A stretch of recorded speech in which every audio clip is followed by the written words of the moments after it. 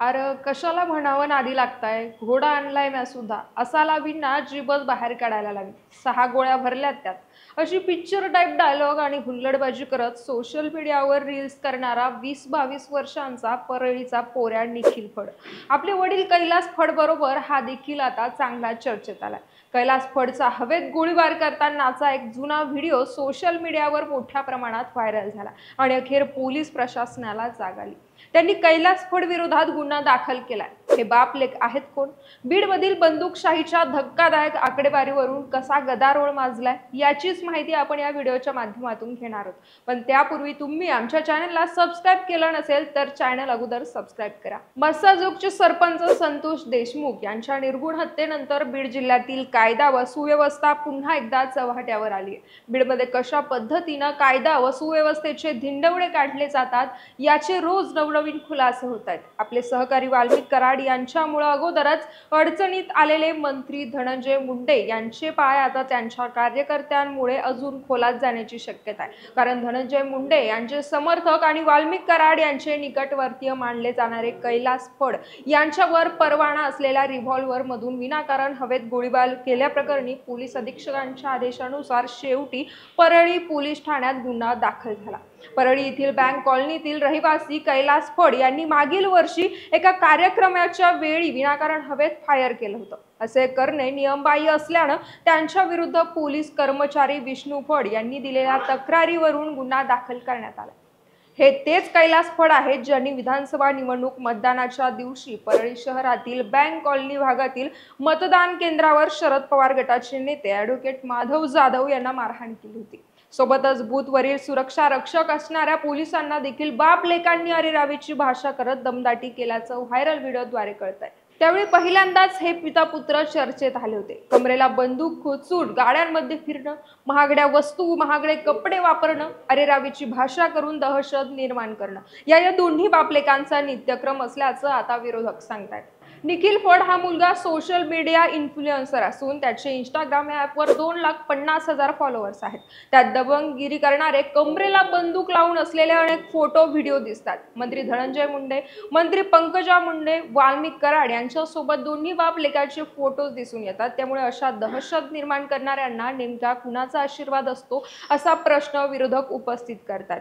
बीडमधील बंदूकशाहीचं हे प्रकरण नेमकं समोर कसं आलं पाहूया.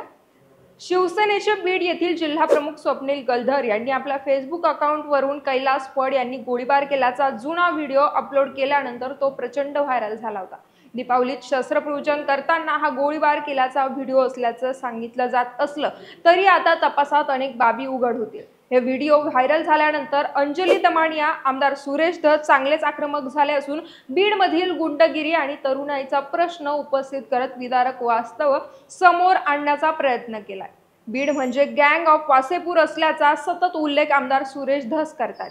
दहशतीचं वातावरण निर्माण करणाऱ्यांवर यापूर्वीच कारवाई करायला हवी होती असं म्हणत इतरही काही धक्कादायक खुलासे त्यांनी आपल्या पत्रकार परिषदेत केले. गोळीबाराचा व्हिडिओ आणि कैलास फडचे मंत्री धनंजय मुंडे आणि वाल्मिक कराड यांच्यासोबतचे फोटो अपलोड करत आपल्या ट्विटद्वारे अंजली दमानिया यांनी फड पितापुत्रांवर कारवाईची मागणी केली होती. वाल्मिक कराडकडे परवाना आहे पण त्यांच्याच गटातले कैलास फड, निखिल फड दोघांकडे कोणताही बंदूक परवाना नाहीये. मी SP नवनीत कावत यांना मेसेज पाठवून त्यांना तात्काळ अटक करण्याचे आवाहन केल्याचं त्या म्हणाल्या होत्या. बीड जिल्ह्यात 2021 मध्ये 1098 बंदूक परवाना धारक होते. 2024 पर्यंत ही संख्या 1281 वर जाऊन पोहोचली. म्हणजेच या 4 वर्षांच्या काळात थोडके नव्हे तर 183 बंदूक परवाने वाटप केले गेले. परंतु परळीत सरपंच आंधळे यांचं खून प्रकरण झाल्यानंतर पोलीस प्रशासनाकडे आलेले जवळपास 295 अर्ज महसूल प्रशासनाने रिजेक्ट केलेत.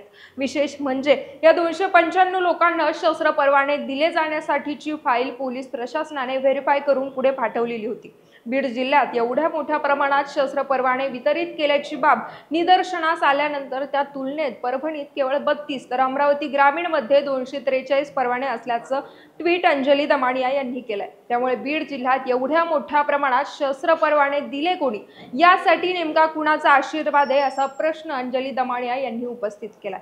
दरम्यान कैलास फड यांच्याकडे असलेली बंदुके परवाना घेतलेली आहे का, याबाबत माहिती घेतली असता पोलीस स्टेशन परळी ग्रामीणच्या अभिलेखावर जिल्हाधिकारी बीड यांच्या शस्त्र परवाना क्रमांक 2023 BR 03 दिनांक 27/2/2023 नुसार रिव्हॉल्व्हरचा योग्य त्या अटी व शर्तीसह परवाना दिलाय। तरी त्यांनी मागील वर्षी विनाकारण हवेत फायर करून शस्त्र परवान्यातील अटी व शर्तींचा भंग केला म्हणून त्यांच्या विरुद्ध शस्त्र अधिनियम 1959 मधील कलम 5 उपकलम 27 आणि 30 नुसार तक्रार दाखल झाली। अशा घटनांमुळे बीड जिल्ह्यातील कायदा व सुव्यवस्था राज्यात चर्चेचा केंद्रबिंदू ठरली असून नवीन पोलीस अधीक्षक नवनीत कावत यांनी आता कठोर कारवाई करत जिल्ह्यात कसलीही दबंगगिरी चालू देणार नसल्याचं एक प्रकारे स्पष्ट केलंय।